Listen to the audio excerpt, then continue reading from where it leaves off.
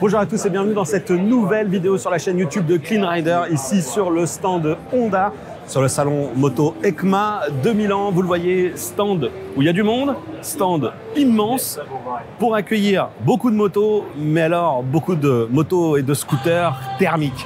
Avec l'électrique, la migration vers l'électrique chez le constructeur Honda, c'est encore très difficile. Souvenez-vous, on était là déjà l'an dernier pour vous parler de l'EM1E qui est un équivalent 50 cm3. Il est toujours là, le M1E, juste ici.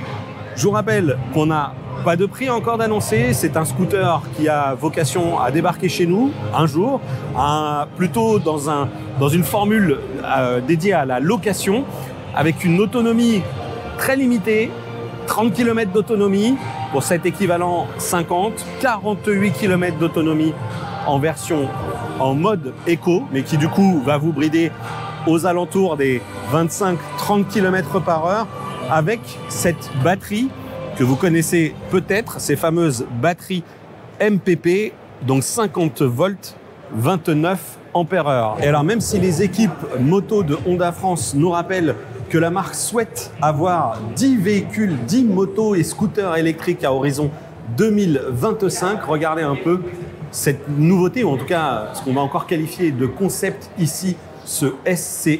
Il est exposé ici dans une sorte de couloir un petit peu dans la pénombre. Derrière ces parois vitrées, on se demande vraiment si Honda a envie qu'on en parle de son scooter électrique. Et pour cause, on n'a aussi aucune caractéristique technique. On sait qu'il va embarquer donc 2 de ces batteries, comme je vous l'ai dit, ces batteries MPP. Donc 2 batteries correspondraient à une capacité de 3 kWh. On n'a aucune information sur la puissance, sur l'autonomie. On sait que ce sera un équivalent 125 cm3. Et tel que vous le voyez là, vous doutez bien qu'avec la conception de ce 2 roues, que c'est encore un concept. Un concept par ce bandeau d'éclairage. On sait que la signature luminosité est assurée par des bandeaux LED qui devraient être différentes sur la version définitive. Notamment, je pense que le logo Honda en surbrillance, pas sûr qu'il reste. Pas sûr que l'on retrouve également non plus des éclairages au niveau ici, dans cette partie à l'arrière. Et on peut considérer également la même chose ici, avec la signature lumineuse de la partie arrière de ce scooter. Un équivalent 125 qui laisse supposer que l'on aura évidemment la possibilité d'emmener 2 personnes sur le scooter. Pareil, on peut que supposer aussi que l'écran ici sur le tableau de bord, l'écran au niveau du guidon semble quand même assez immense. On est au moins là sur du 9 pouces. Je ne pense pas que ce sera intégré sur le véhicule de série.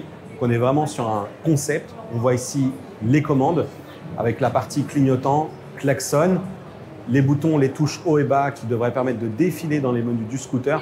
Et de l'autre côté, tout ce qui est lié au démarrage et le choix des modes. Donc on devrait à minima avoir 2 à 3 modes ici de conduite sur ce scooter. Donc on manque encore clairement d'informations sur ce scooter. De la même manière, regardez, je pense que ici les jantes que l'on voit façon semi-pleine, puisqu'en fait ce sont des jantes perforées. Bon, je ne pense pas non plus que ça passera les réglementations de série, en tout cas le choix de la conception en série. On peut apprécier notamment peut-être quelques informations, quelques indications sur la conception du bloc moteur qui, à défaut d'être un bloc moteur en position centrale, on est là sur un bloc moteur déporté au niveau de la roue, mais ce n'est pas un moteur roue. Ça ressemble quand même à une intégration de moteur façon scooter thermique, justement. Donc clairement, on le déplore. On n'a quasi aucune information sur ce scooter. Et encore une fois, les équipes de Honda France auraient été ravies de nous aider et nous livrer quelques caractéristiques techniques. Mais voilà ce à quoi il faut s'attendre aujourd'hui sur l'EICMA 2000 lorsqu'on se rend sur le stand de Honda et qu'on recherche un petit peu des 2 roues électriques. C'est quand même très pauvre. L'offre est pauvre, l'offre tarde à arriver. Et les informations techniques sont clairement négligées sur ce salon de la moto. Alors je vous assure que évidemment sur la partie thermique, c'est tout autre chose. Là, le constructeur est beaucoup plus loquace, mais sur ce modèle, sur cet équivalent 125 cm3, c'est quand même très pauvre. Et regardez les commandes. Ici, ce sont les commandes de clignotant, mais elles sont complètement factices. Il ne se passe absolument rien. Ce sont des boutons en dur. Ça sera les boutons qui permettront donc de manipuler les menus ici de cet écran numérique, cet écran TFT. Pour le coup, à part ce logo Honda, on ne voit rien. On peut supposer qu'on aura peut-être un grand écran. Est-ce qu'il sera aussi grand que celui-ci ou non? Difficile à dire. En tout cas ici, les boutons pour interagir avec les menus, les clignotants, le klaxon, les pleins phares. Et de l'autre côté, vous voyez qu'on a quand même un bouton R pour une marche arrière, donc reverse, le bouton de mise en marche et le choix des modes. Donc je pense qu'on aura un minima de modes, sans doute un mode éco, un mode standard, avec un petit peu de chance peut-être un mode sport.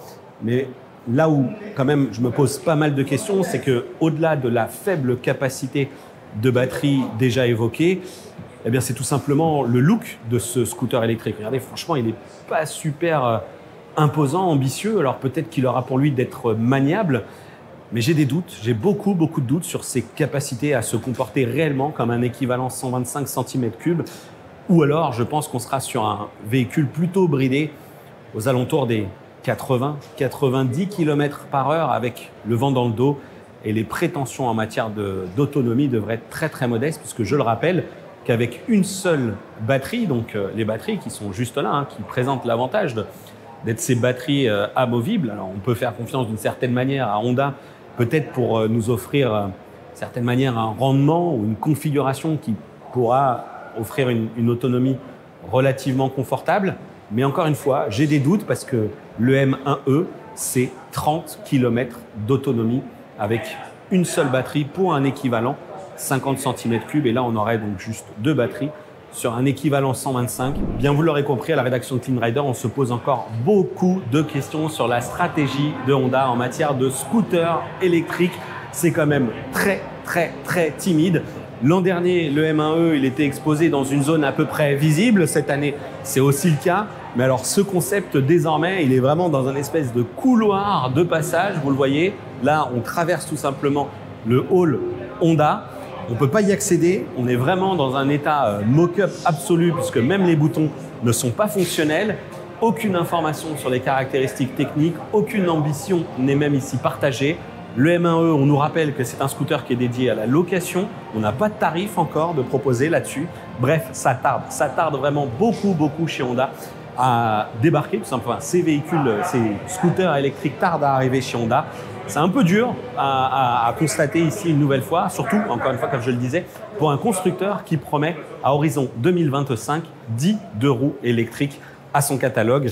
Bon, bref, suffit d'attendre. Voilà, vous l'aurez compris, beaucoup de frustration pour ma part, ce qui ne m'empêche pas pour autant de vous inviter à vous abonner à la chaîne YouTube de Clean Rider, cocher la petite cloche des notifications, parce qu'ici, on a quand même prévu de vous faire pas mal de sujets vidéo, notamment sur ce salon EICMA de Milan. Et puis, c'est aussi l'occasion, tout simplement, de retrouver toutes nos autres vidéos. Je vous invite aussi à nous suivre sur nos réseaux sociaux et à nous retrouver sur le site internet Clean Rider, où là aussi, on vous publie beaucoup d'actualités et beaucoup de tests. Allez, je vous dis à bientôt pour une prochaine vidéo sur la chaîne YouTube de Clean Rider. Ciao!